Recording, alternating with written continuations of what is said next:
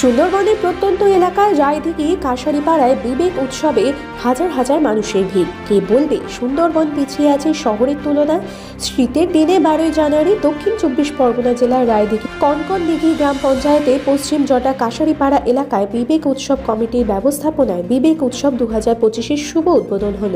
স্বামী বিবেকানন্দের 163তম জন্মবার্ষিকীতে এক অভিনব উৎসবের আয়োজন করা হয়। দুদিনব্যাপী এই অনুষ্ঠানের শুভ সূচনা করেন বিশিষ্ট সমাজসেবী বরুণ মজুমদার। সকালে জাতীয় পতাকা উত্তোলন, পরে 4 কিলোমিটার ব্যাপী কয়েক শতাধিক মানুষের উপস্থিতিতে প্রভাত ফেরি, বিবেকানন্দের মূর্তি বাণী সহ ট্যাবলো সহকারে অনুষ্ঠিত হয় কুইজ, আবৃত্তি, নৃত্য প্রতিযোগিতা। তবে সবার নজর কাড়ে বিশেষ চাহিদা সম্পন্ন ছাত্রছাত্রীদের সম্বর্ধনা এবং অঙ্কন।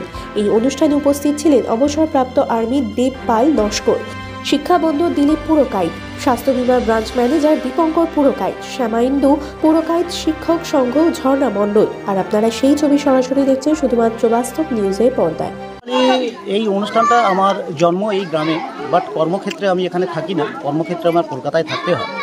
বাট একটা জিনিস দেখেছি যে গ্রাম বাংলার মধ্যে সাংস্কৃতিক যে কালচারটা আগে ছিল, কিন্তু সেটা বিভিন্ন অনুষ্ঠান প্রোগ্রামে অংশগ্রহণ করছে, সেখানে সাংস্কৃতিক অনুষ্ঠানটা কিছু ছিল।